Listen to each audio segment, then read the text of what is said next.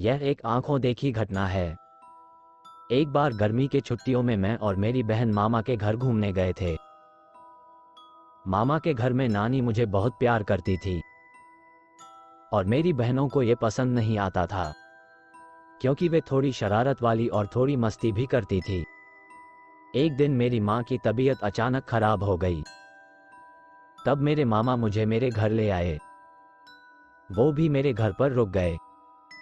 जब मेरी माँ की तबीयत सही हो गई, तब मामा जी बोले कि मैं अपने घर जा रहा हूँ। मैं मामा से कुछ बोल पाता इसके पहले ही माँ ने मामा को बोला, हाँ भैया, अब मैं ठीक हूँ, आप घर चले जाइए।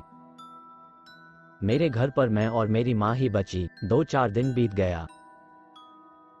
तब एक दिन रात में मुझे जोर की प्यास लगी और मैं आंगन में पानी पीने के लिए उठी। तभी मेरी नज़र ऊपर गई और मैंने देखा कि धुआं जैसा कुछ उठ रहा है। तब मैंने अपनी माँ को जगाया और माँ को बोला, माँ ऊपर देखो, ये काला काला धुआं जैसा क्या उठ रहा है। मेरी माँ समझ गई कि यह मेरी चाची की आत्मा जो मुझे लेने आई थी, क्योंकि मरने से पहले मेरी चाची ने कहा था कि मैं तुम्हारी बड़ी बेटी को छोड़ूंगी नहीं। मेरी माँ ने मुझे सुला दिया और खुद घर के पीछे बैर का पेड़ लगा था, उसी के नीचे बैठकर रोने लगी, क्योंकि बकाइन मेहंदी के पेड़ पर हमेशा रात 11 बजे के बाद चुड़ैल आत्मा भूत प्रेत निवास करते हैं और उसी पे चाची की आत्मा भी रहती थी।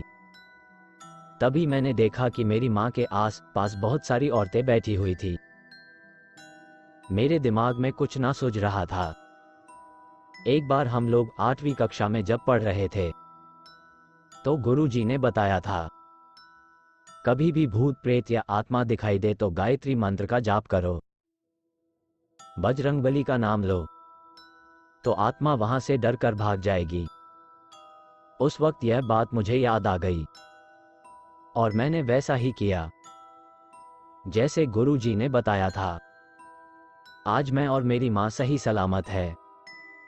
लेकिन जब से मेरी माँ के साथ ऐसा हादसा हुआ था, तब से माँ को थोड़ी भूलने की बीमारी और थोड़ी डरने की बीमारी हो गई और एक कमरे में बंद रहने लगी, क्योंकि बाहर अभी भी चाची की आत्मा दिखाई देती है।